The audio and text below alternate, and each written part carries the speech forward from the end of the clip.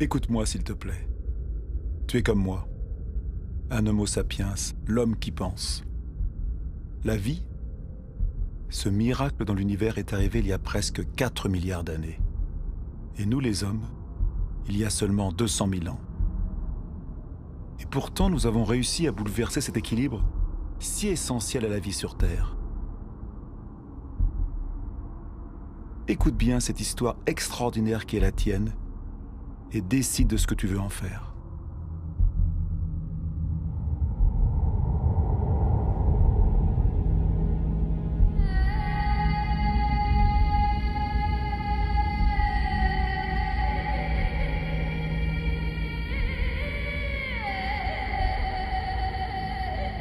Voici les traces de nos origines. Au commencement, notre planète n'était qu'un chaos de feu. Un amas de poussière agglutinée semblable à tant d'autres dans l'univers. Et pourtant, ici est né un miracle, la vie.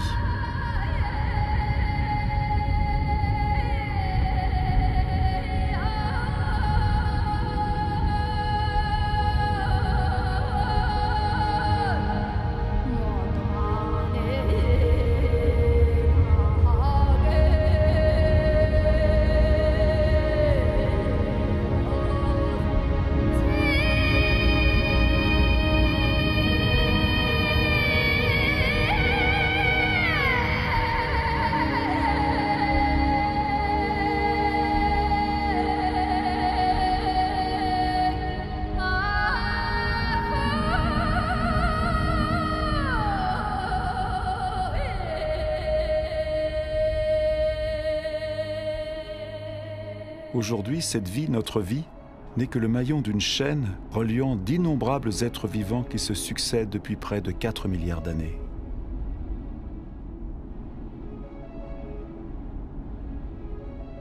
Aujourd'hui encore, les volcans continuent de sculpter nos paysages.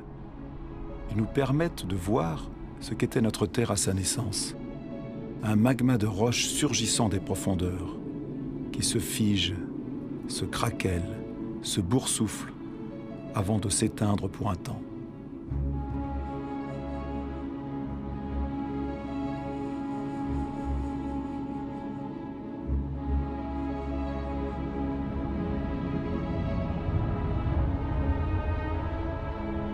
Ces fumées, issues des entrailles de la Terre, sont les traces de l'atmosphère des origines. Une atmosphère dépourvue d'oxygène. Une atmosphère épaisse, pleine de carbone, chargée de vapeur d'eau. Une fournaise.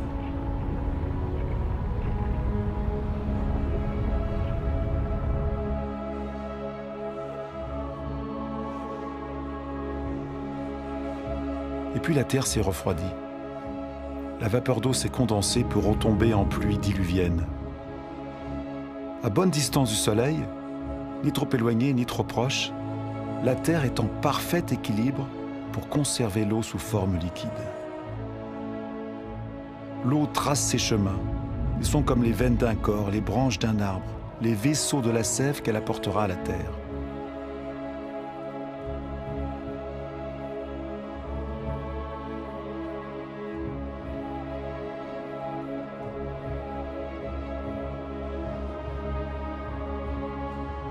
Les rivières arrachent à la roche les minéraux. Elles les apportent peu à peu à l'eau douce des océans, et les océans se chargent de sel.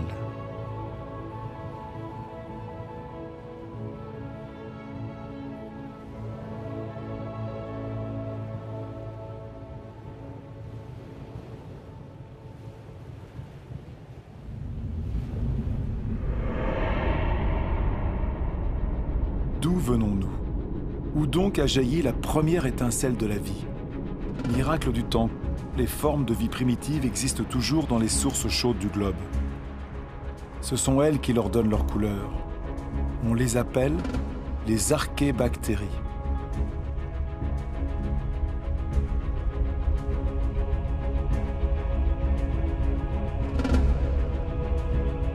Toutes se nourrissent de la chaleur de la Terre, sauf une, la cyanobactérie ou algue bleue verte. Elle seule a la capacité de se tourner vers la lumière du soleil pour capter son énergie. Elle est un des ancêtres majeurs de toutes les espèces de plantes d'hier et d'aujourd'hui. Cette petite bactérie et ses milliards de descendants vont changer le destin de notre planète. Ils vont transformer son atmosphère. Où est le carbone qui remplissait le ciel? Il est toujours là, mais il est emprisonné dans les roches qui couvrent la Terre. Ici, s'étendait autrefois un océan peuplé de minuscules organismes. Ils puisaient le carbone dissous de l'atmosphère pour fabriquer leurs coquilles. Ces strates de roches, ce sont ces coquilles accumulées de ces milliards d'organismes microscopiques.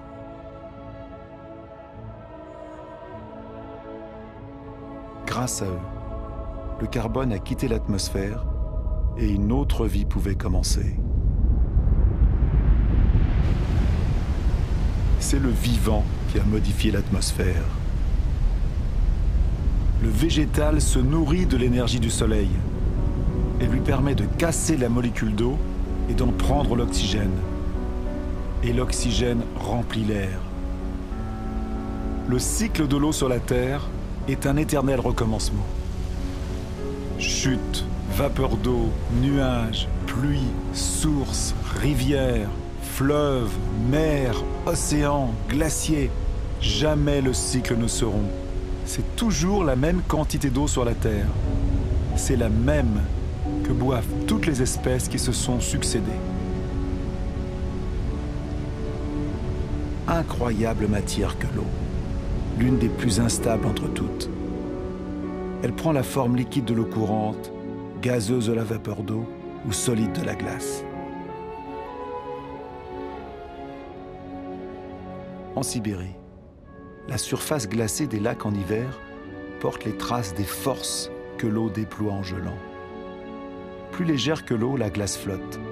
Elle forme un manteau protecteur contre le froid sous lequel la vie peut continuer.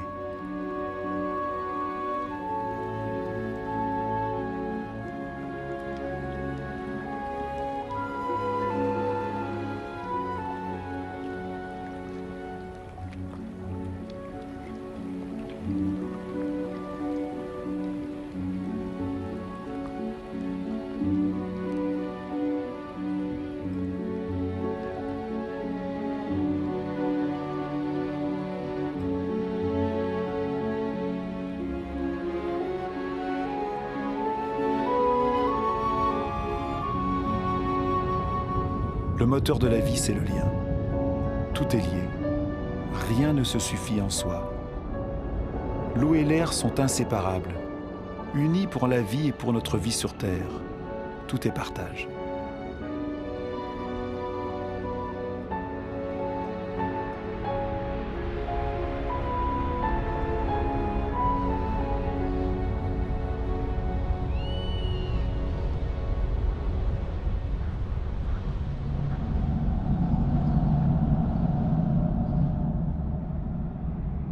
Cette lointaine tache verte, à la percée des nuages, est la source de l'oxygène de l'air. Les 70% de ce gaz indispensable à nos poumons proviennent des algues qui colorent la surface des océans. Notre Terre repose sur un équilibre où chacun a sa place, n'existe que dans l'existence de l'autre.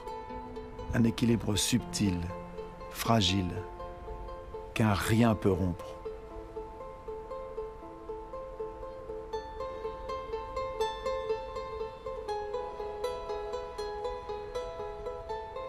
Ainsi, les coraux naissent d'un mariage, celui d'une algue et d'un coquillage. Ils couvrent moins d'1% de la surface des océans, mais ils abritent des milliers d'espèces de poissons, d'algues et de mollusques. L'équilibre de tous les océans en dépend.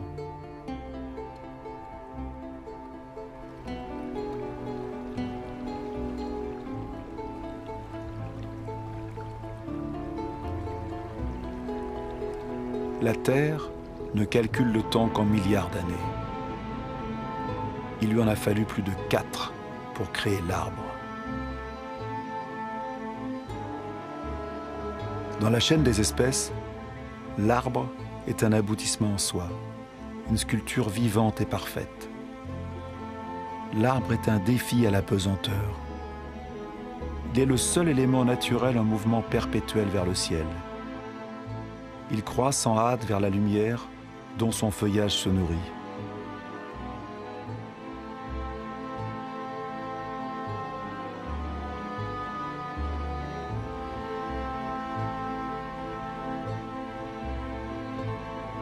Il a hérité de cette minuscule cyanobactérie le pouvoir de capturer l'énergie lumineuse. Il l'accumule et s'en nourrit pour la transformer en bois et en feuilles. Cette matière se décompose ensuite dans un mélange d'eau, de minéral, de végétal et de vivant.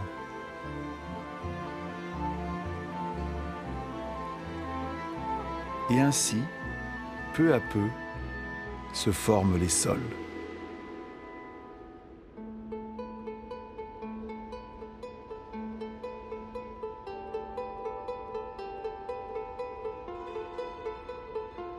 Les sols fourmillent d'une activité incessante, où des micro-organismes se nourrissent, creusent, aèrent, transforment. Ils fabriquent l'humus, ce manteau fertile auquel toute vie est liée sur les continents.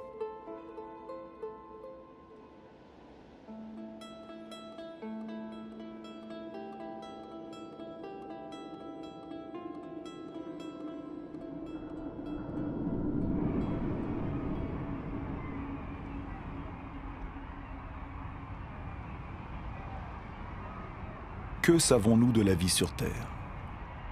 Combien d'espèces connaissons-nous? Un dixième? Un centième peut-être? Que savons-nous des relations qui se nouent entre elles?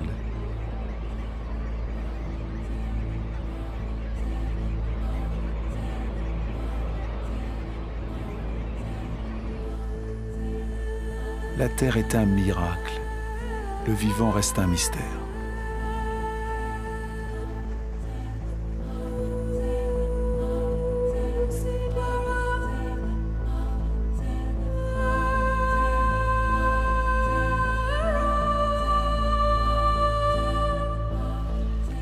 Des familles d'animaux se sont formées, soudées entre elles par des habitudes et des rites qui se perpétuent de génération en génération.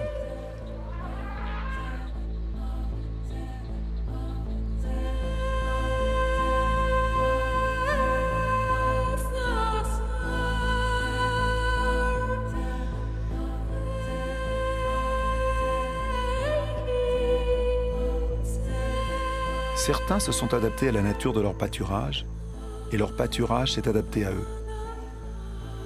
Chacun y trouve son compte, l'animal pour sa faim, l'arbre pour de nouveaux bourgeons.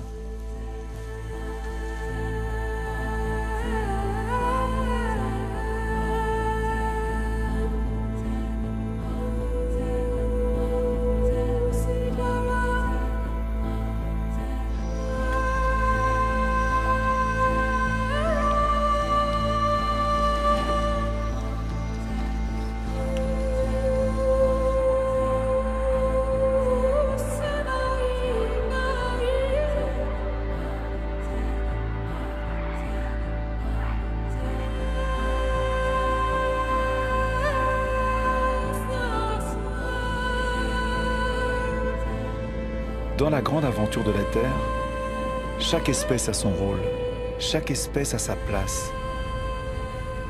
Aucune n'est inutile ou nuisible, toutes s'équilibrent.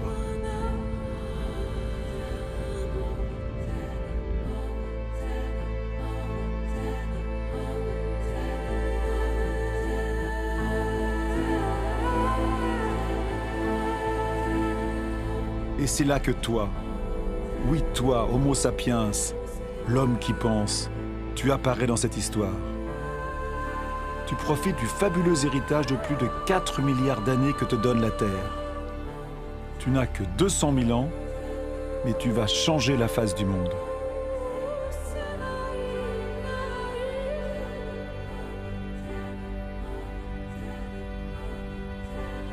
Pourtant fragile, tu vas conquérir tous les milieux, prendre possession de territoires entiers, comme aucune autre espèce ne l'avait fait avant toi.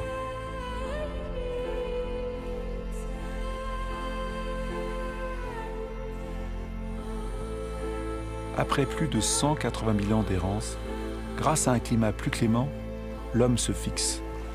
Il ne dépend plus seulement de la chasse pour survivre. Il choisit pour s'y établir les contrées humides où abondent le poisson, le gibier et les plantes sauvages, là où se mêlent la terre, le vivant et l'eau.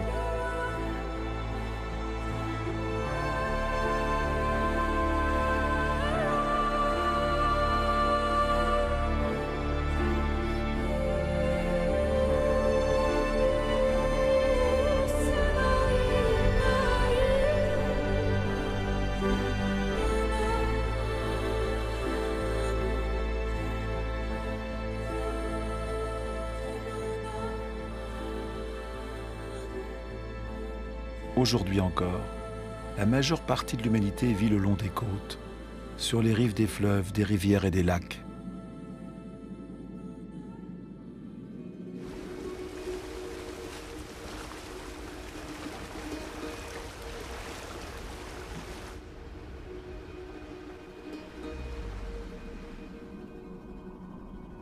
Sur la planète, une personne sur 4 vit toujours comme l'humanité pouvait vivre il y a 6000 ans, sans autre énergie que celle que la nature fournit saison après saison. C'est la vie de plus d'1,5 milliard d'êtres humains, plus que toute la population des pays riches réunis.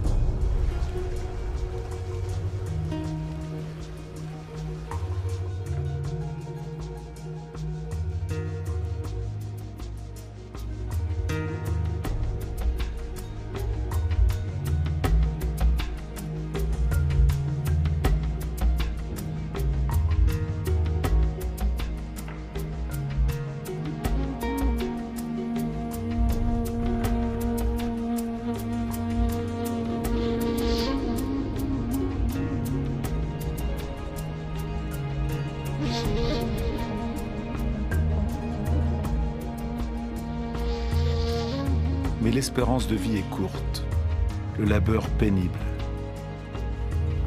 Les aléas de la nature pèsent sur l'existence quotidienne. L'éducation est rare.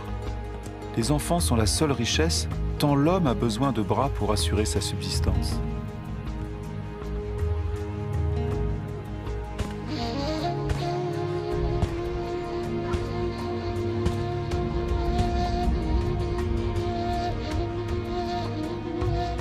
Le génie de l'homme est d'avoir toujours eu l'intuition de sa faiblesse. L'énergie physique, la force que la nature ne lui a pas donnée, il va les chercher dans l'animal qui l'aide dans la découverte de nouveaux territoires.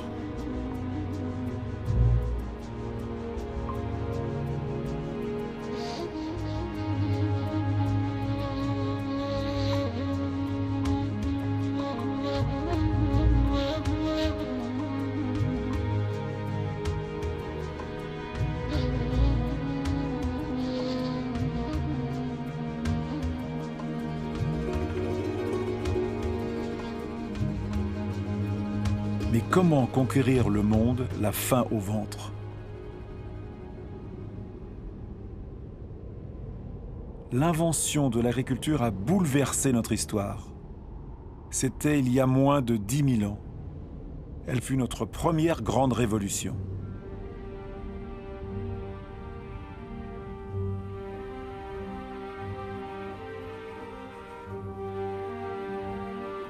Elle nous a apporté nos premiers surplus.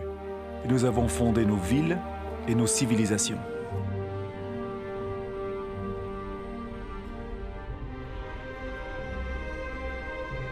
Le souvenir des millénaires de cueillettes sauvages s'est effacé. Les céréales dont nous avons fait le levain de notre vie, nous en avons multiplié les variétés. Nous avons appris à les marier avec nos terroirs et nos climats.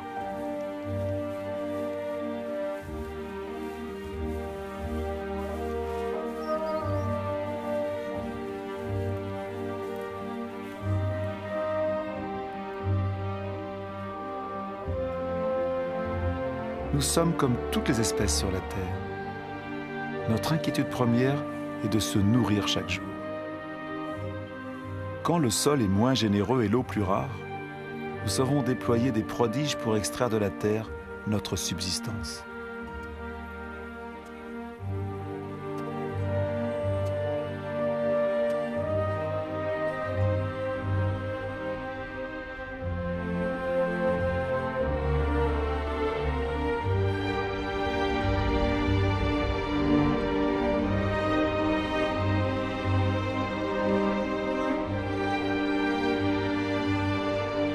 Les hommes ont modelé les espaces avec la patience et l'abnégation que la terre exige, comme un sacrifice sans cesse recommencé. L'agriculture est toujours le premier métier du monde. La moitié de l'humanité cultive encore la terre, et plus des 3/4 le fait à la main.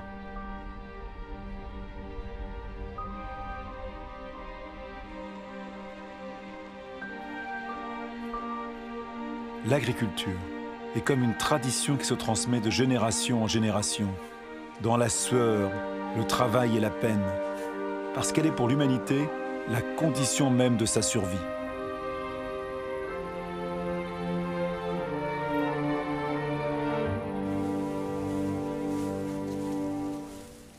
Cette énergie que l'homme cultive à la force de ses bras, il va la faire jaillir un jour des profondeurs de la terre.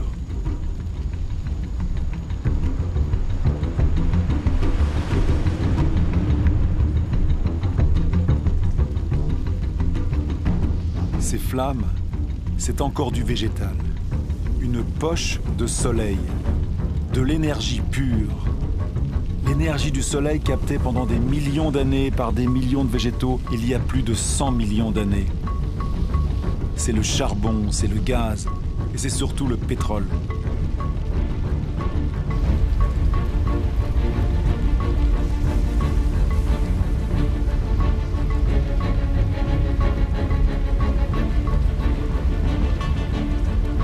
C'est cette poche de soleil qui nous a libérés du travail de la terre.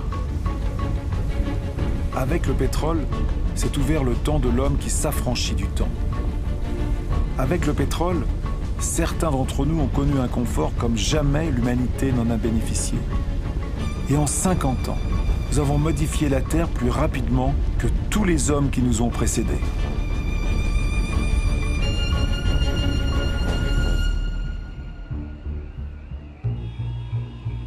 Tout s'accélère. Au cours des 60 dernières années, la population du globe a presque triplé et plus de 2 milliards d'hommes ont rejoint les villes. Tout s'accélère. Cette ville, Shenzhen, en Chine, avec ses centaines de gratte-ciel et ses millions d'habitants, était encore un petit village de pêcheurs voilà à peine 40 ans. Tout s'accélère. À Shanghai, 3000 tours et gratte-ciel ont été érigés en 20 ans. Des centaines sont encore et encore en construction. Aujourd'hui, sur 7 milliards d'humains, plus de la moitié vit dans les villes.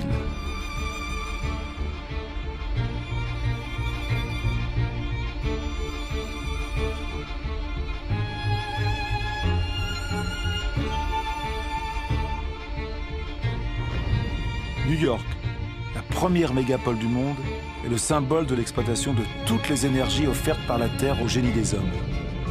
La force des bras de millions d'émigrés, l'énergie du charbon, la puissance décuplée du pétrole.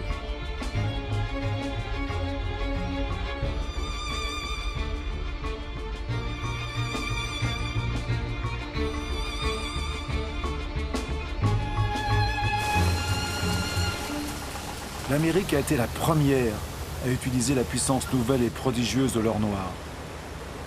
Dans les campagnes, les machines ont remplacé les hommes. 1 litre de pétrole fournit autant d'énergie que 100 paires de bras pendant 24 heures. Mais dans le monde, seulement 3% des paysans disposent d'un tracteur. Cependant, leur production domine la planète. Aux États-Unis, il ne reste plus que 3 millions de fermiers. Leur seule production céréalière pourrait nourrir 2 milliards de personnes. Mais ici, comme dans tous les pays industrialisés, ces céréales sont d'abord transformées en nourriture pour le bétail et en agrocarburants.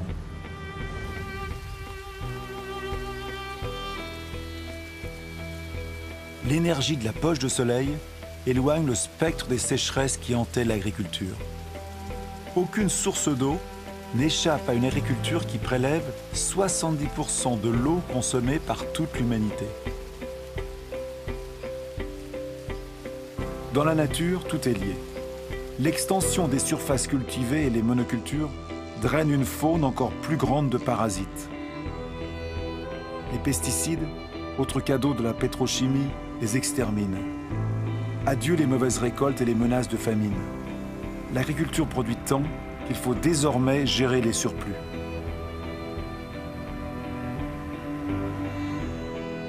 Mais la majeure partie de ces produits toxiques se disperse dans l'air, les sols, les plantes, les animaux, les cours d'eau, les océans. Ces substances sont-elles nuisibles à l'espèce humaine qu'elles ont délivrée de la faim? Ces agriculteurs, protégés par leur combinaison jaune, le savent sûrement.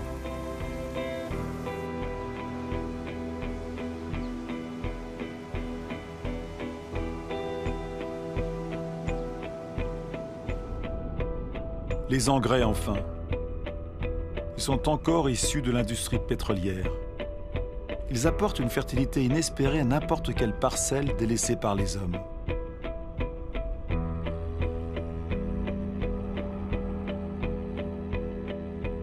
Les espèces adaptées au terroir et au climat laissent la place aux variétés les plus productives, les plus faciles à transporter. C'est ainsi qu'en un siècle, les 3/4 des variétés que l'homme avait sélectionnées pendant des millénaires ont disparu.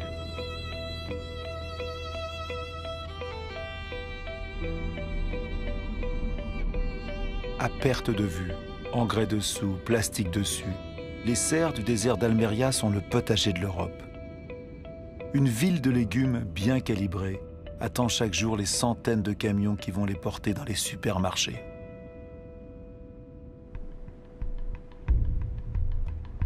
Plus un pays se développe, plus ses habitants consomment de la viande. Comment satisfaire une demande croissante dans le monde sans concevoir des élevages de bovins quasi concentrationnaires? Tout s'accélère. Fabriquer de la viande plus vite que l'animal est devenu une routine quotidienne. Dans l'immensité de ces corrals piétinés par des millions de bêtes, pas une herbe ne pousse. Une noria de camions venant de tous les horizons du pays apportent des tonnes de céréales, soja et granulés hyper concentrés qui se transformeront en tonnes de viande.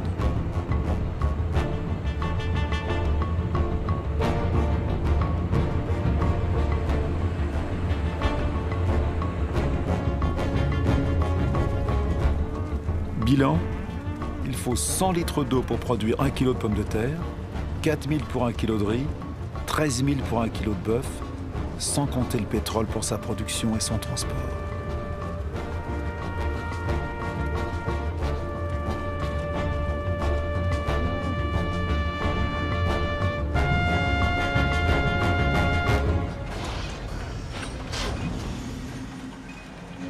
Notre agriculture est devenue une agriculture pétrolière. Elle nous a permis de nourrir 2 fois plus d'êtres humains sur la Terre, mais elle a remplacé la diversité par la standardisation. Elle a permis d'offrir à beaucoup d'entre nous un confort inespéré, mais elle rend notre mode de vie totalement dépendant du pétrole. Voici la nouvelle mesure de notre temps. L'horloge de notre monde bat désormais au rythme de ces mécaniques infatigables posées sur la poche de soleil. La planète entière écoute ce murmure qui berce nos espérances et nos illusions. Elle prolifère avec nos besoins, nos désirs toujours insatiables et nos gaspillages. Nous savons que la fin de ce pétrole bon marché s'annonce, mais nous ne voulons pas le croire.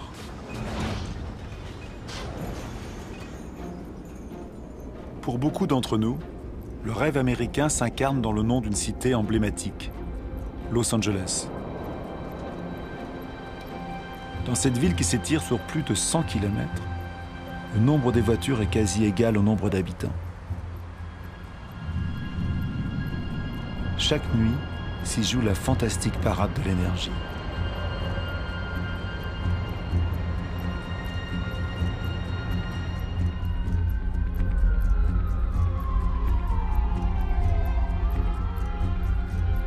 les jours ne semblent plus être que le pâle miroir de ces nuits qui font de la ville un ciel étoilé.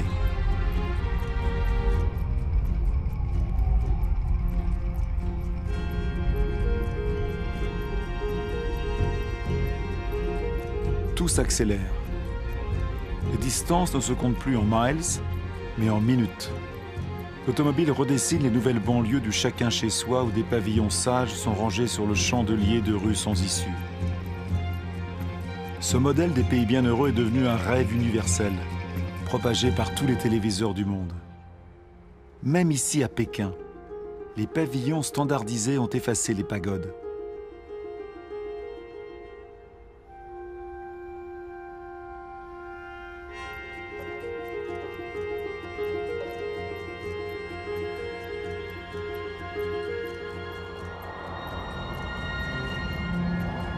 L'automobile est devenu le symbole des sociétés du bien-être et du progrès.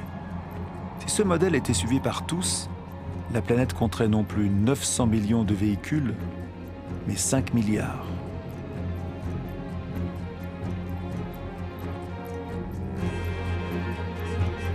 Tout s'accélère. Plus le monde se développe, plus la soif d'énergie croît. Partout des machines fouillent, retournent, arrachent à la terre les minerais enfouis dans ses profondeurs depuis sa création.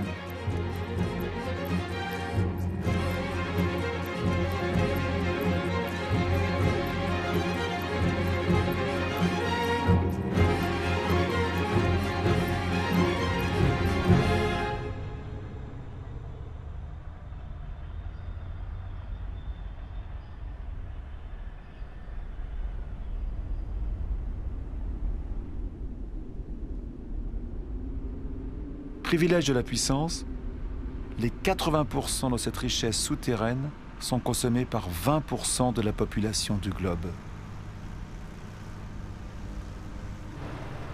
Avant la fin du siècle, cette exploitation sans mesure aura épuisé la quasi-totalité des réserves de la planète.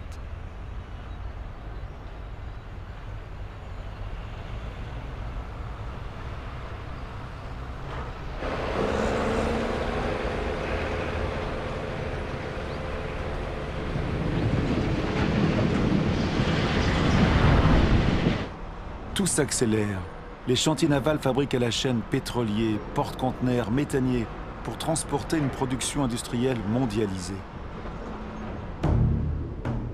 La plupart des biens de consommation parcourent des milliers de kilomètres entre les pays qui les produisent et ceux qui les consomment. Depuis 1950, les échanges internationaux ont été multipliés par 20.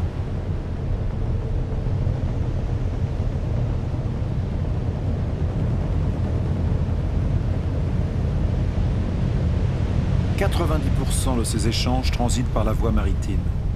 500 millions de conteneurs sont transportés chaque année. Ils rejoignent les grands centres de consommation du monde, comme Dubaï. Dubaï est une sorte d'aboutissement du modèle occidental.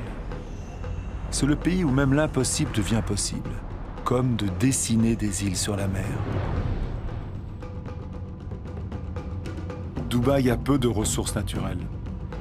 Mais avec l'argent du pétrole, elle peut faire venir des millions de tonnes de matériaux, des ouvriers du monde entier et édifier les gratte-ciels les plus hauts du monde.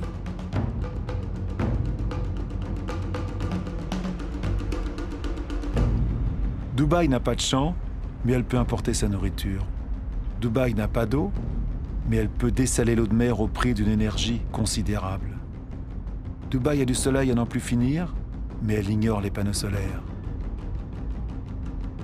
C'est le totem d'une modernité totale devant lequel la terre entière ne cesse de s'étonner.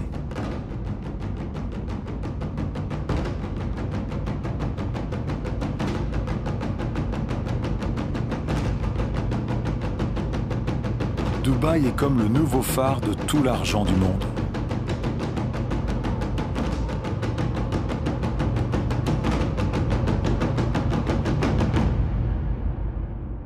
Rien ne semble plus éloigné de la nature que Dubaï, alors que rien ne dépend plus de la nature que Dubaï.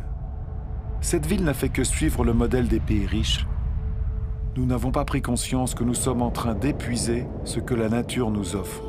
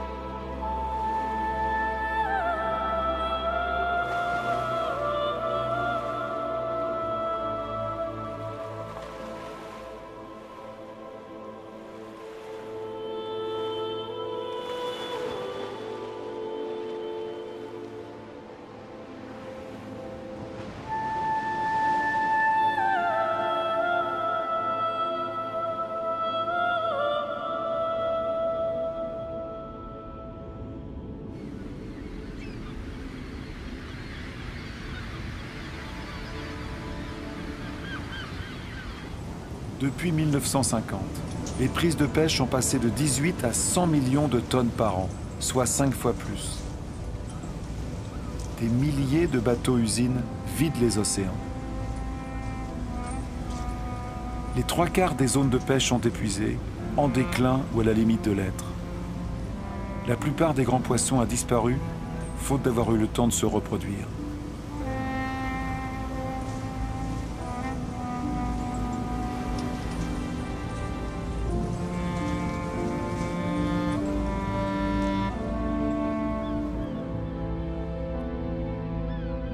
Nous sommes en train de casser le cycle d'une vie qui nous était offerte.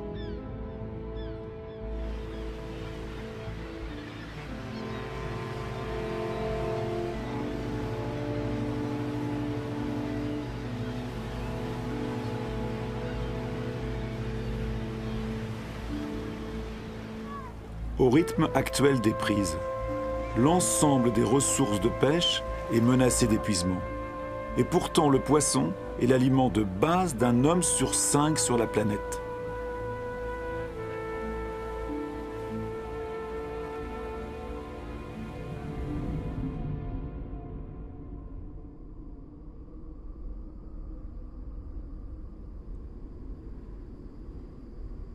Les ressources sont rares. Nous l'avons oublié. 500 millions d'hommes habitent les contrées désertiques du monde, davantage que toute la population européenne réunie. Ils connaissent la valeur de l'eau. Ils savent aussi l'utiliser avec économie. Ici, ils dépendent de puits alimentés par une eau fossile, accumulée dans le sol lorsque la pluie tombait encore dans ces déserts. Elle a 25 000 ans.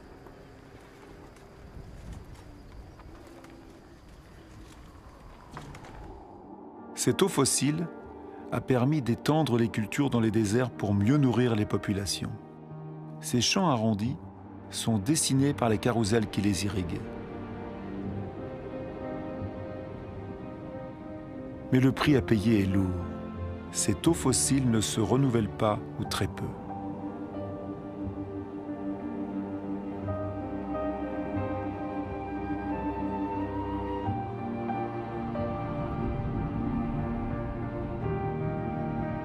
En Arabie Saoudite, le rêve d'une agriculture industrielle dans le désert s'efface.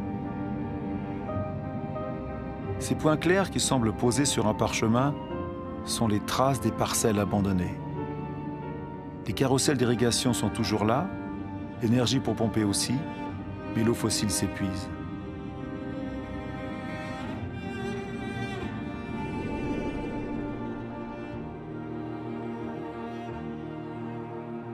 Israël a fait d'un désert un pays agricole.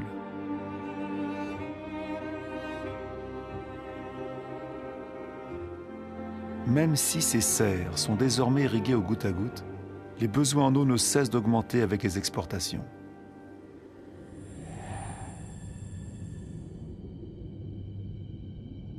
La rivière du Jourdain n'est plus qu'un mince filet d'eau. Son eau s'en est allée, en partie dans des barquettes de légumes ou de fruits, vers les supermarchés du monde.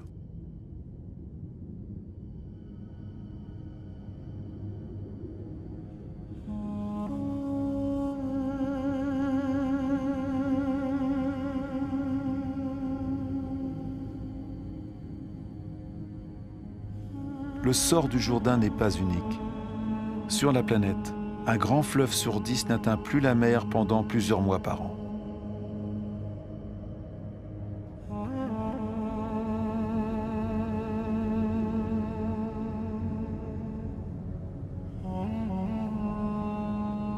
Privé du Jourdain, le niveau de la mer Morte baisse de plus d'1 mètre chaque année.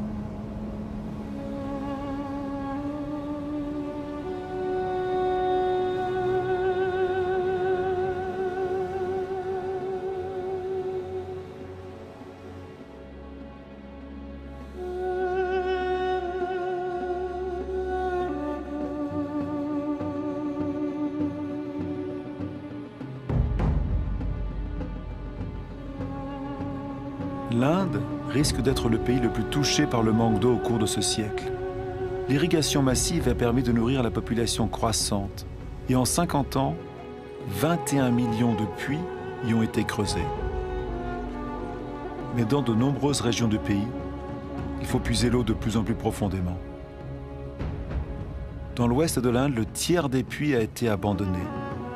Les nappes d'eau souterraines s'assèchent. Ces immenses réservoirs recueilleront l'eau de la mousson pour recharger l'eau des nappes.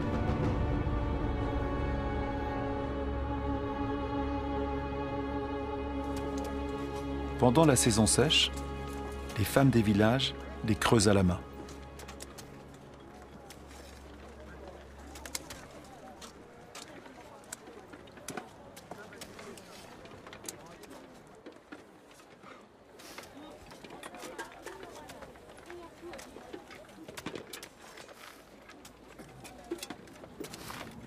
À des milliers de kilomètres, on dépense 800 à 1000 litres d'eau par jour et par personne. Las Vegas a été créé en plein désert. Des millions de personnes y vivent. Des milliers d'autres les rejoignent chaque mois. Les habitants de Las Vegas sont parmi les plus grands consommateurs d'eau au monde.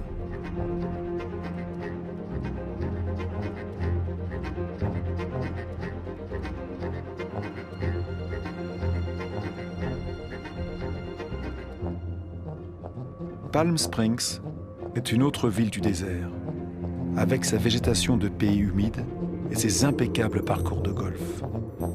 Mais combien de temps ce mirage peut-il prospérer? Combien de temps? La Terre ne peut plus suivre ce rythme effréné. Le Colorado qui alimente ces villes est l'un de ces fleuves qui n'atteignent plus la mer. Le niveau des lacs de réserve aménagés sur son cours s'effondre.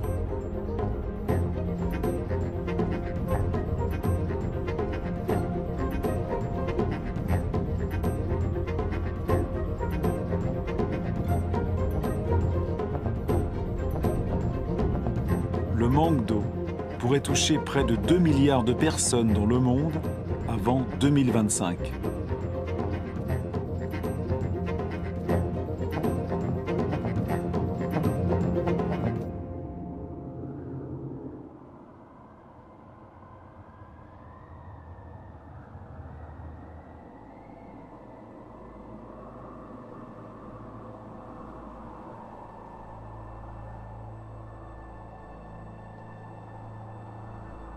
Les zones humides couvrent 6% de la surface de la planète. Sous leurs eaux calmes se cache une véritable usine où plantes et micro-organismes prennent le temps de filtrer l'eau et de digérer toutes les pollutions. Ces marais sont les milieux indispensables à la régénération de l'eau et à sa purification. Ce sont des éponges qui régulent le flux des eaux. Ils l'absorbent à la saison humide et le restituent à la saison sèche.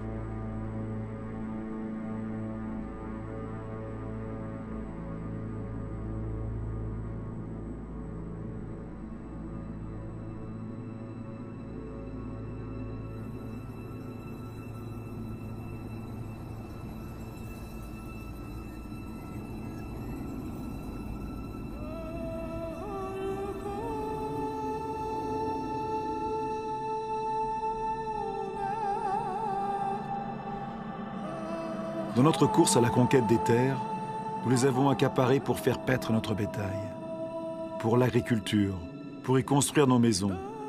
Au siècle dernier, nous avons asséché la moitié des marais du monde. Nous ne connaissions ni leur richesse, ni leur rôle.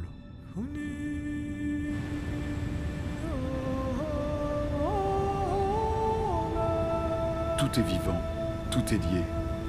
L'eau, l'air, le sol, les arbres, toute la magie du monde se déroule sous nos yeux.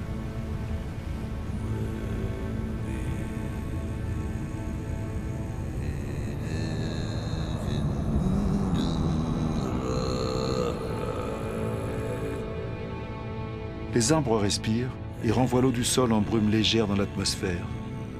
Ils forment un manteau qui atténue la violence des pluies. Ils apportent l'humidité nécessaire à toute vie.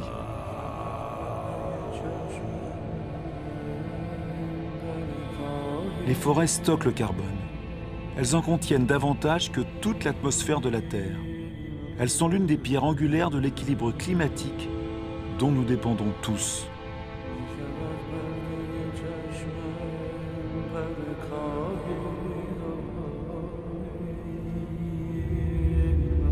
les arbres des forêts primaires abritent les 3/4 de la biodiversité de la planète, c'est-à-dire de tout ce qui vit sur Terre.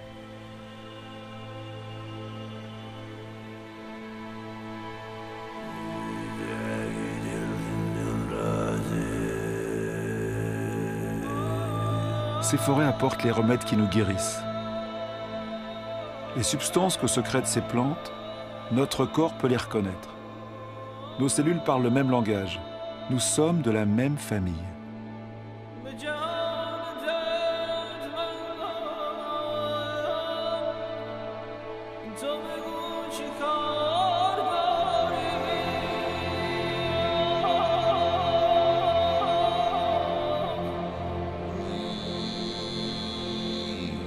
Mais en à peine 40 ans, la plus grande forêt de la planète, l'Amazonie, a perdu 1/5 de sa surface.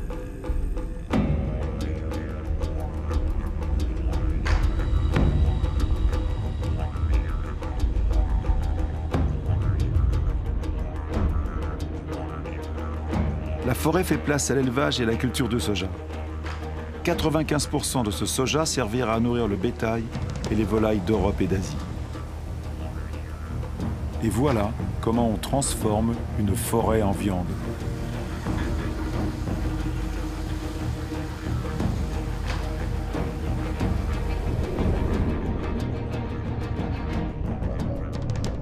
Bornéo, la 4e plus grande île du monde, est découverte voilà à peine 20 ans d'une vaste forêt primaire. Au rythme de la déforestation actuelle, elle risque de disparaître totalement avant 10 ans.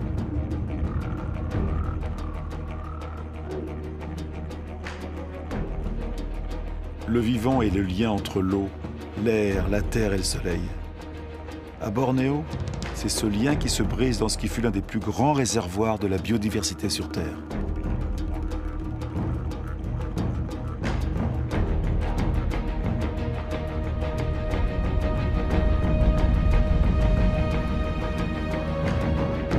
La raison de ce désastre. Bornéo s'est tourné vers la production d'huile de palme, l'une des huiles les plus productives et les plus consommées au monde.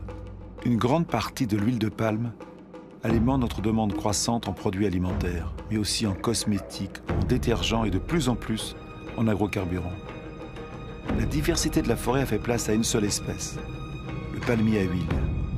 Pour la population locale, c'est une source d'emploi. C'est de l'industrie agricole.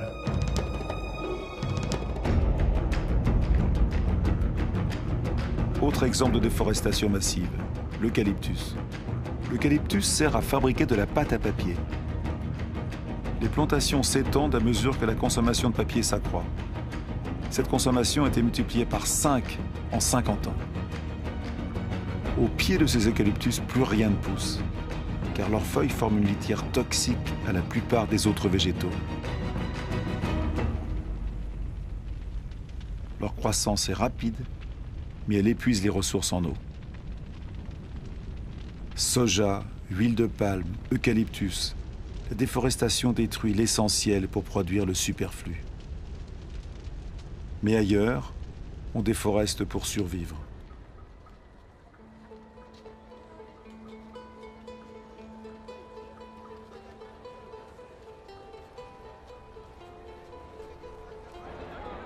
Plus de 2 milliards de personnes sur la planète dépendent encore du charbon de bois, près du tiers de la population mondiale. À Haïti, l'un des pays les plus pauvres au monde, le charbon de bois est l'un des principaux produits de consommation. Haïti était la perle des Antilles. Aujourd'hui, ce pays ne peut assurer sa subsistance sans l'aide de l'étranger.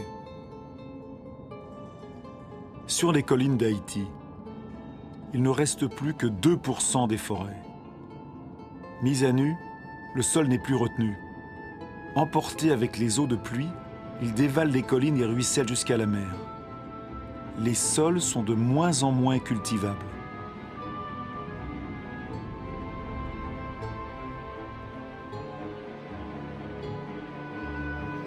Dans certaines régions de Madagascar, l'érosion est spectaculaire. Des collines entières se creusent de plaies sur des centaines de mètres de large. Le sol est une fabrication du vivant, mince et fragile. Avec l'érosion, la fine couche d'humus qui avait mis des milliers d'années à se former a disparu.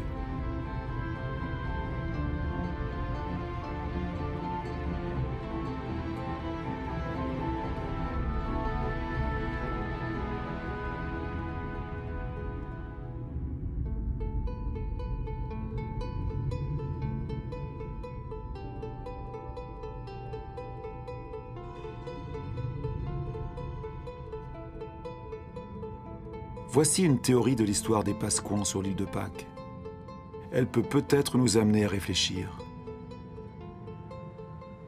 Ici, sur l'île la plus isolée au monde, les habitants ont exploité leurs ressources jusqu'au bout. Leur civilisation n'y a pas survécu. Il y avait sur ces terres les palmiers les plus hauts du monde. Ils ont disparu. Les Pasquans les ont exploités jusqu'au dernier. Ils durent ensuite affronter une érosion générale de leur sol. Les Pasquans ne pouvaient plus pêcher. Ils n'avaient plus d'arbres pour construire leurs pirogues.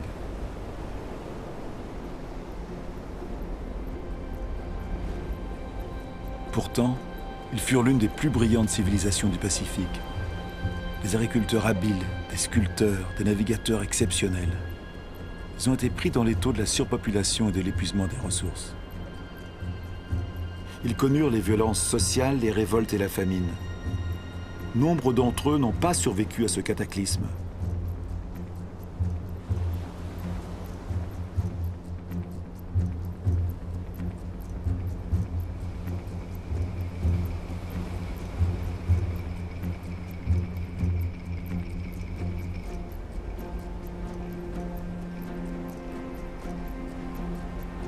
Le vrai mystère de l'île de Pâques n'est plus de savoir comment sont arrivées ces étranges statues sur l'île.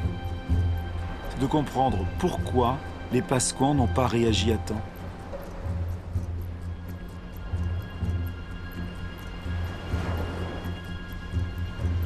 Ce n'est qu'une théorie parmi d'autres, mais c'est celle qui nous intéresse.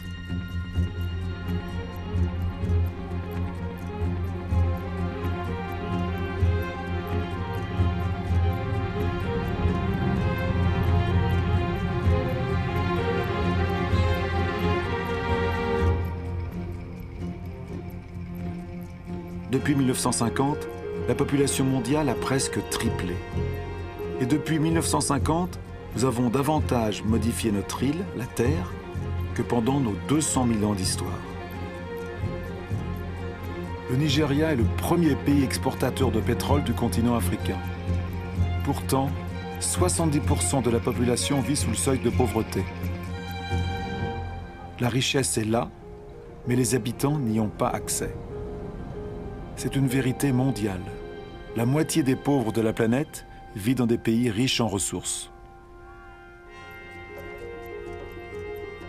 Notre mode de développement n'a pas honoré ses promesses. En 50 ans, les écarts de richesse se sont creusés comme jamais. Aujourd'hui, la moitié de la richesse mondiale est détenue par 2% des plus riches.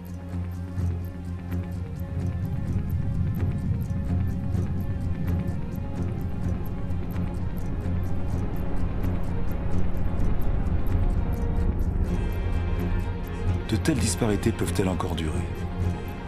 Ce sont ces disparités qui provoquent des mouvements de population dont nous n'avons pas vraiment pris conscience.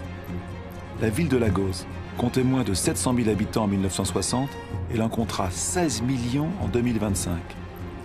Lagos est l'une des mégapoles qui croît le plus vite au monde. Ces nouveaux citadins sont principalement des paysans, contraints de fuir les campagnes à cause des difficultés économiques, de la démographie et de la disparition des ressources. Cette croissance urbaine est tout à fait nouvelle, car elle a pour moteur la pauvreté et non la richesse.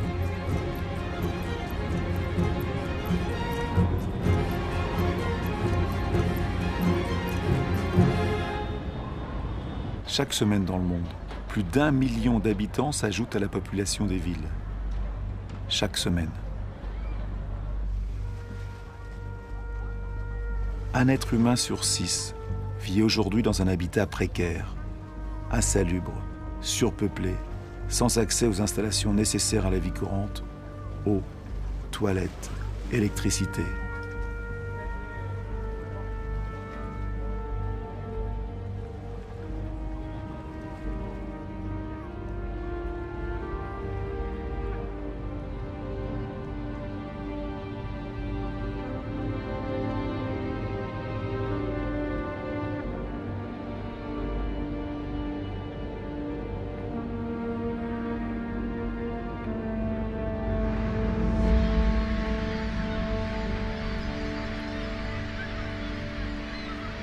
La faim croît de nouveau. Elle frappe aujourd'hui près d'1 milliard de personnes.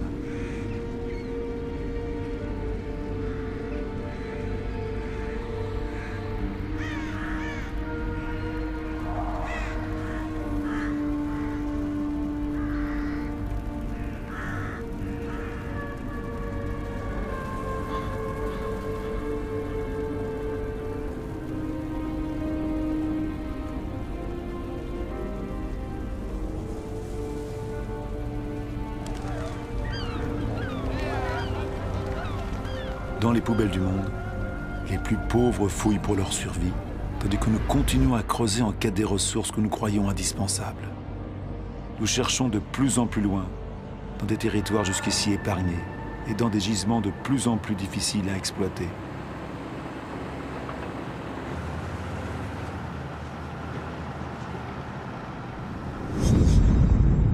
Nous ne changeons pas de modèle. Le pétrole liquide risque-t-il de nous manquer ? Nous pouvons extraire un pétrole mélangé au sable bitumineux du Canada. Les plus gros camions du monde déplacent le sable par milliers de tonnes. On brasse, on chauffe, on décante. On dépense des millions de mètres cubes d'eau pour séparer le bitume du sable. La dépense d'énergie est colossale, mais la pollution catastrophique.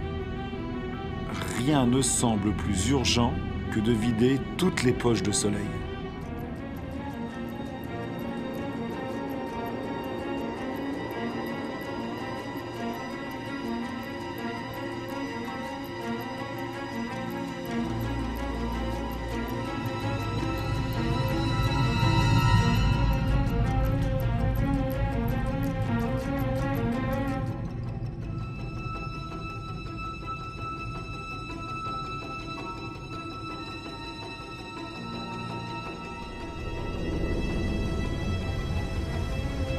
Nos pétroliers sont de plus en plus grands.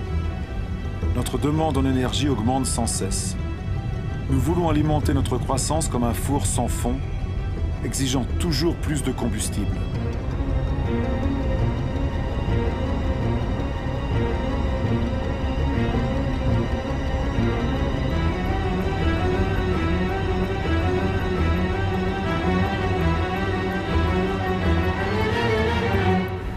C'est une histoire de carbone. Ce carbone qui faisait de notre atmosphère une fournaise, que la nature avait capté pendant des millions d'années, permettant à la vie de se développer, nous en rejetons une grande partie en quelques décennies. L'atmosphère chauffe. L'image de ce bateau à cet endroit était impossible voilà quelques années à peine. Transport, industrie, déforestation, agriculture, nos activités rejettent des quantités gigantesques de dioxyde de carbone. Sans nous en rendre compte le moins du monde, molécule par molécule, nous avons bouleversé l'équilibre climatique de la Terre. Tous nos regards sont tournés vers les pôles.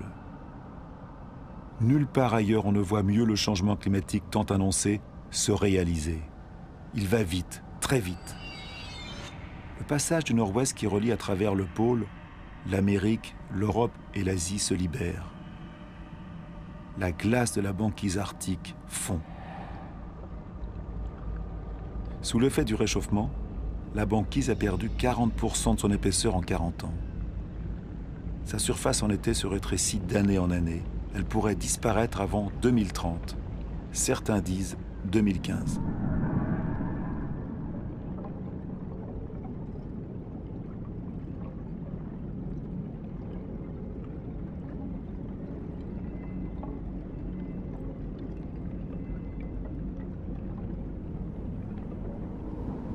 Les rayons du soleil, que la surface glacée renvoyait vers le ciel, pénètrent désormais dans l'eau sombre et la réchauffent.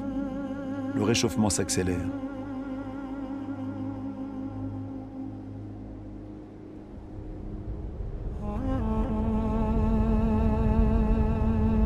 Dans ces glaces se lisent les archives de notre climat. Jamais la concentration de dioxyde de carbone n'a été si élevée depuis plusieurs centaines de milliers d'années.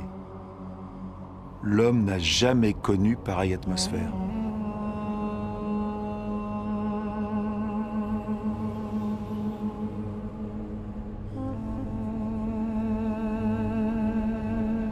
Notre exploitation démesurée des ressources menace-t-elle la vie des espèces ?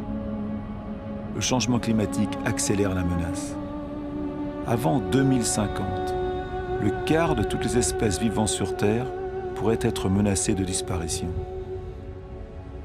Dans ces régions polaires, l'équilibre de la biodiversité est déjà bouleversé.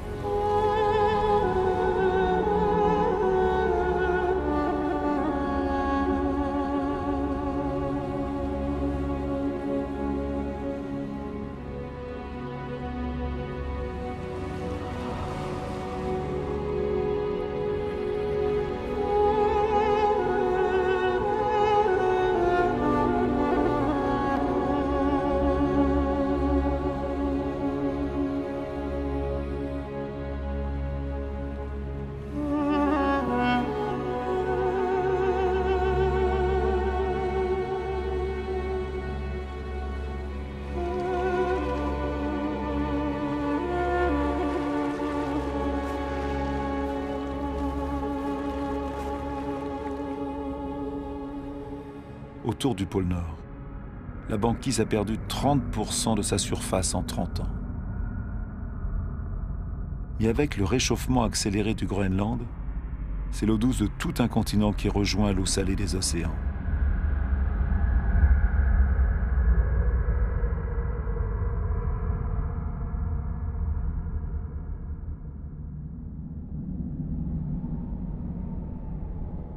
Dans ces glaces, le Groenland retient 20% des eaux douces de la planète.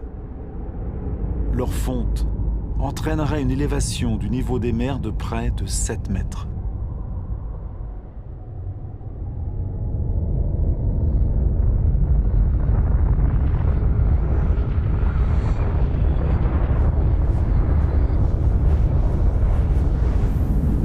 Pourtant, aucune industrie n'est installée ici. La calotte du Groenland subit les émissions des gaz à effet de serre rejetés ailleurs sur la Terre. Notre écosystème ne connaît pas les frontières. Où que nous soyons, nos actions se répercutent sur l'ensemble de la Terre. L'atmosphère de notre Terre est une et indivisible. Elle est notre bien commun. À la surface du Groenland, des lacs éclosent dans le paysage. La calotte glaciaire a commencé à fondre à un rythme que même les scientifiques les plus pessimistes n'imaginaient pas il y a moins de 10 ans.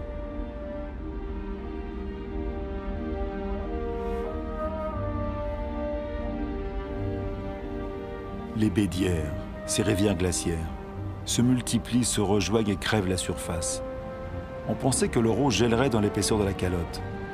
Au contraire, elle coule jusque sous la glace. Elle entraîne la calotte qui glisse plus rapidement vers la mer et se brise en iceberg.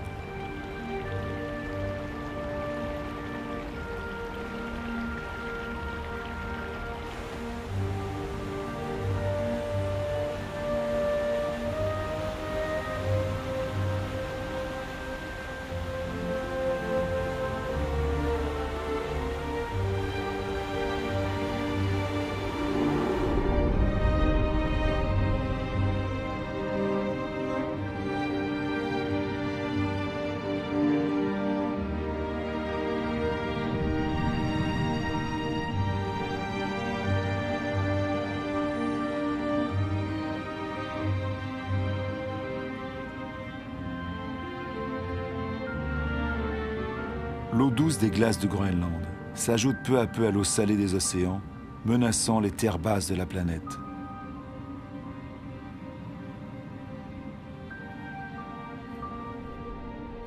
Le niveau des mers monte. La dilatation des eaux sous l'effet de la chaleur a provoqué au cours du seul XXe siècle une hausse de 20 cm. Tout se dérègle. Les coraux, par exemple, sont extrêmement sensibles au moindre changement de la température des eaux. 30% ont déjà disparu. Ils sont un maillon essentiel dans la chaîne continue des espèces. Dans l'atmosphère, les grands vents voient leur trajectoire se modifier. Le cycle des pluies est altéré. La géographie des climats change. Les habitants des îles basses, comme ici aux Maldives, sont les premiers menacés. Leur inquiétude grandit. Certains sont déjà à la recherche de nouvelles terres d'accueil.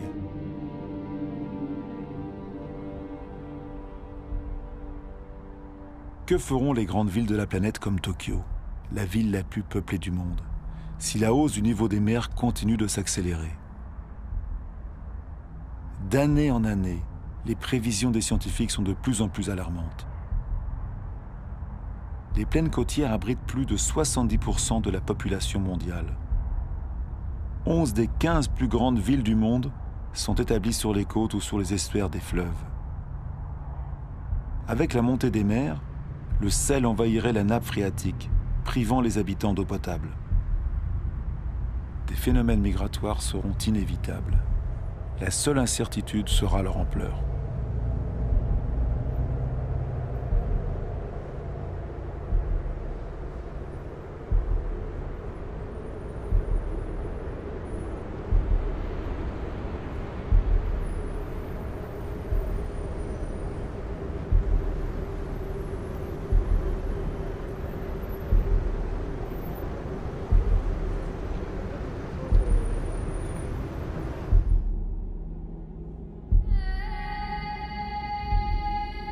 Le Kilimandjaro en Afrique a changé de visage. 80% de ses glaciers ont disparu. L'été, les rivières ne coulent plus. Les populations sont touchées par le manque d'eau. Le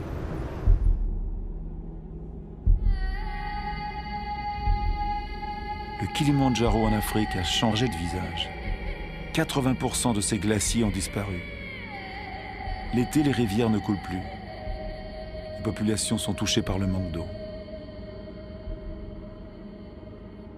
Même sur les plus hauts sommets du monde, au cœur de la chaîne de l'Himalaya, les neiges éternelles et les glaciers reculent. Pourtant, ces glaciers jouent un rôle essentiel dans le cycle de l'eau.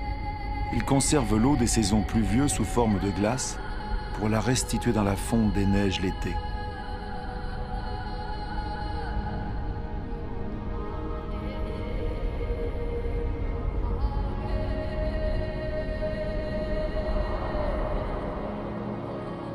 Les glaciers de l'Himalaya sont la source des grands fleuves de l'Asie.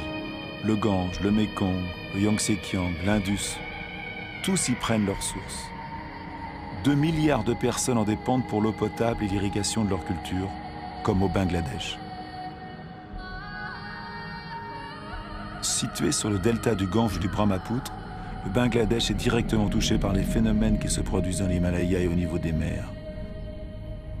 Ce pays est l'un des plus peuplés et des plus pauvres du monde. Il subit déjà le changement climatique. Sous les effets des inondations et des ouragans de plus en plus intenses, un tiers de sa surface pourrait disparaître.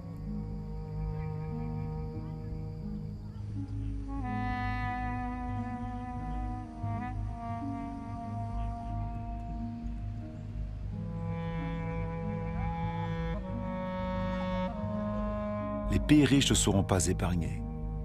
Partout, les sécheresses se succèdent sur la planète. En Australie, la moitié des terres est déjà touchée.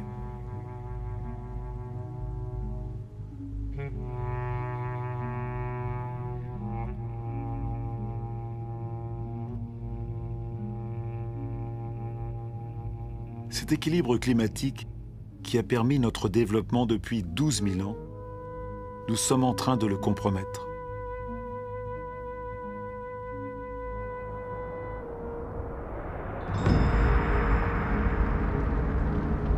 Les incendies se multiplient jusqu'aux portes des grandes villes. À leur tour, ils accentuent le réchauffement. Les arbres brûlés libèrent leur carbone en masse. Le système qui régit notre climat est complètement perturbé. Les éléments sur lesquels il repose sont perturbés.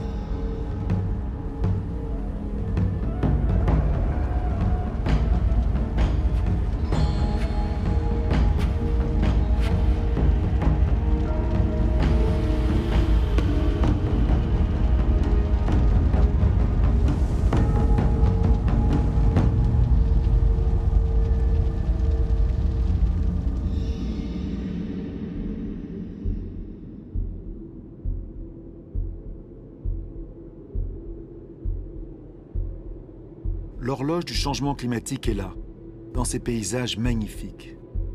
Nous sommes en Sibérie, où comme dans d'autres endroits du globe, il fait si froid que les sols restent gelés en permanence. Ce sol, c'est le permafrost.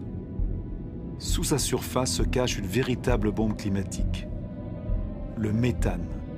Le méthane est un gaz à effet de serre 20 fois plus puissant que le dioxyde de carbone.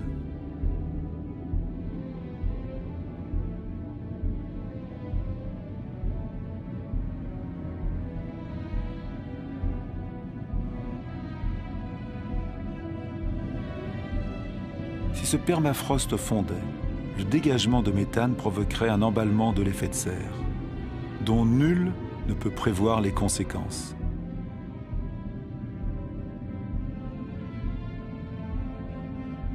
Un emballement qui nous emmènerait vers une terre inconnue.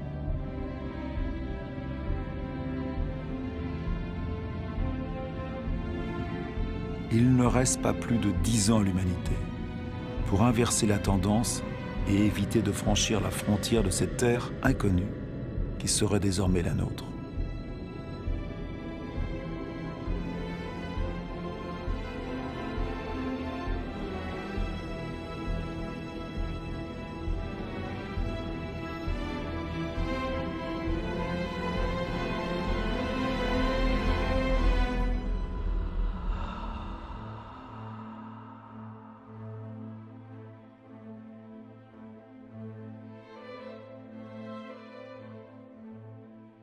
Nous avons engendré des phénomènes qui nous dépassent.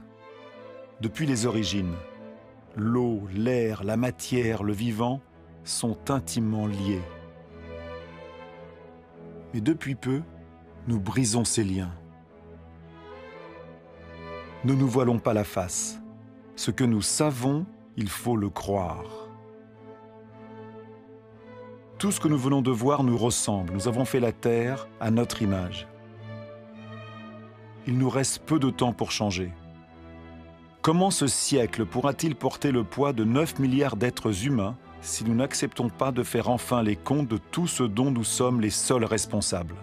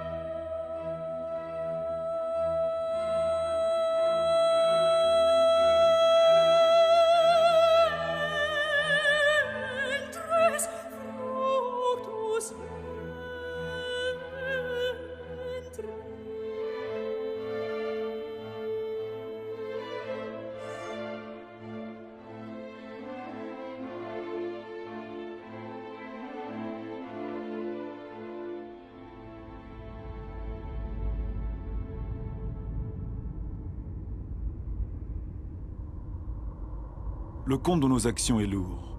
D'autres que nous en payent le prix sans en avoir été partie prenante. J'ai vu des camps de réfugiés, aussi vastes que des villes, jetés dans le désert. Combien d'hommes, de femmes, d'enfants laisserons-nous au bord du chemin? Faut-il toujours construire des murs pour rompre les chaînes des solidarités humaines, séparer les hommes d'autres hommes, le bonheur des uns du malheur des autres? Il est trop tard pour être pessimiste. Je sais qu'un homme, même seul, peut abattre tous les murs. Il est trop tard pour être pessimiste. Dans le monde, 4 enfants sur 5 vont à l'école. Jamais l'instruction n'a été donnée à autant d'êtres humains. Chacun peut agir, du plus pauvre au plus riche. Le Lesotho, l'un des pays les plus démunis de la planète, est celui qui investit le plus largement ses richesses dans l'éducation.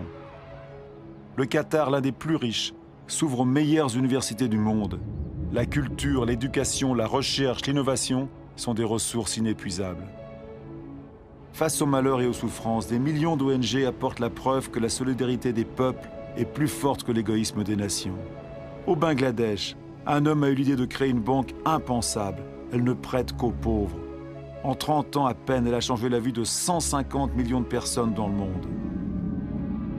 L'Antarctique est un continent aux ressources immenses que personne ne pourra plus s'approprier. Une réserve dédiée à la paix et à la science. Un traité signé par 49 États en a fait le bien de l'humanité entière. Il est trop tard pour être pessimiste. Les gouvernements protègent près de 2% de leur eau territoriale. C'est peu, mais c'est déjà 2 fois plus qu'il y a 10 ans. Les premiers parcs naturels ont un peu plus d'un siècle. Ils recouvrent plus de 13% des continents. Ils créent des espaces où l'activité humaine se conjugue à la préservation des espèces, des sols et des paysages. Cet accord des hommes et de la terre peut devenir la règle et non plus l'exception.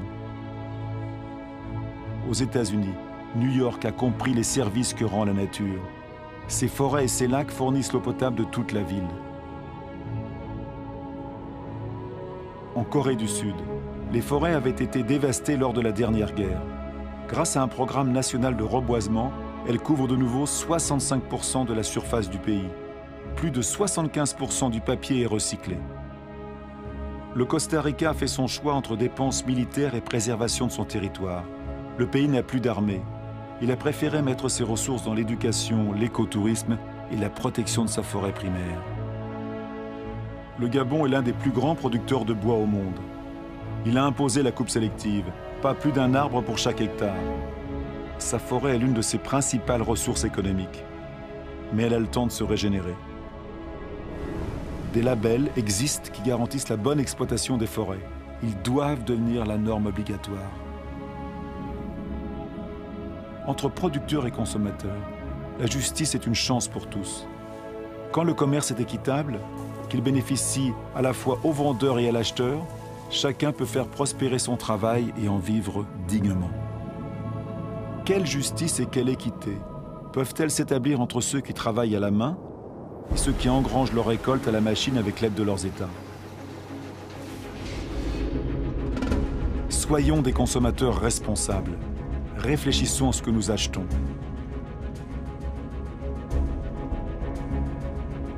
Il est trop tard pour être pessimiste. J'ai vu une agriculture à la mesure de l'homme. Elle peut nourrir la terre entière, si la production de viande n'accapare pas la nourriture des hommes. J'ai vu des pêcheurs responsables de leur prise et soucieux de la prospérité des mers. J'ai vu des maisons produisant leur propre énergie. 5000 personnes vivent dans le premier écoquartier construit au monde à Fribourg en Allemagne. Des villes s'unissent à ce projet. Bombay est la 1000e à les rejoindre. Les gouvernements de la Nouvelle-Zélande, de l'Islande, de l'Autriche et de la Suède et d'autres encore ont décidé que le développement des énergies renouvelables serait leur priorité. Je sais que 80% de l'énergie que nous consommons viennent des énergies fossiles. Chaque semaine, 2 nouvelles centrales à charbon se construisent rien qu'en Chine. Mais j'ai vu aussi au Danemark un prototype de centrale au charbon qui rejette son carbone dans le sol plutôt que dans l'air. Une solution pour l'avenir? Nul ne le sait encore. J'ai vu en Islande une centrale électrique alimentée par la chaleur de la terre, la géothermie. J'ai vu un serpent de mer posé sur la houle pour utiliser l'énergie des vagues et produire de l'électricité. J'ai vu des éoliennes dressées sur les rives du Danemark.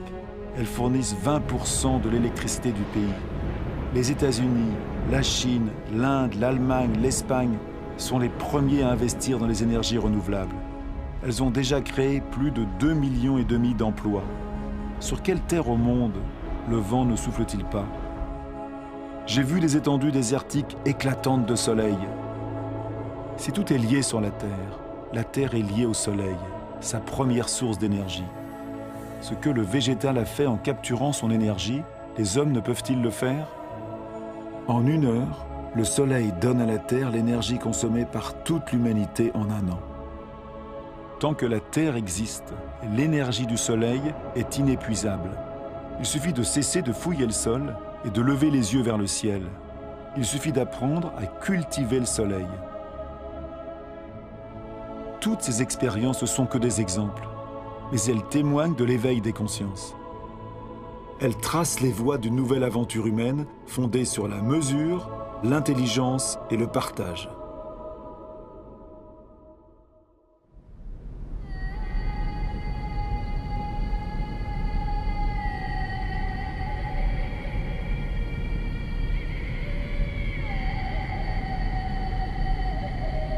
C'est le moment d'aller à la rencontre l'un de l'autre.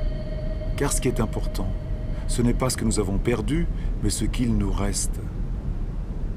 Il nous reste la moitié des forêts du monde, des milliers de rivières, de lacs et de glaciers, des milliers d'espèces bien vivantes encore. Nous savons très bien qu'aujourd'hui les solutions existent. Nous avons tous le pouvoir de changer. Alors, qu'est-ce qu'on attend ?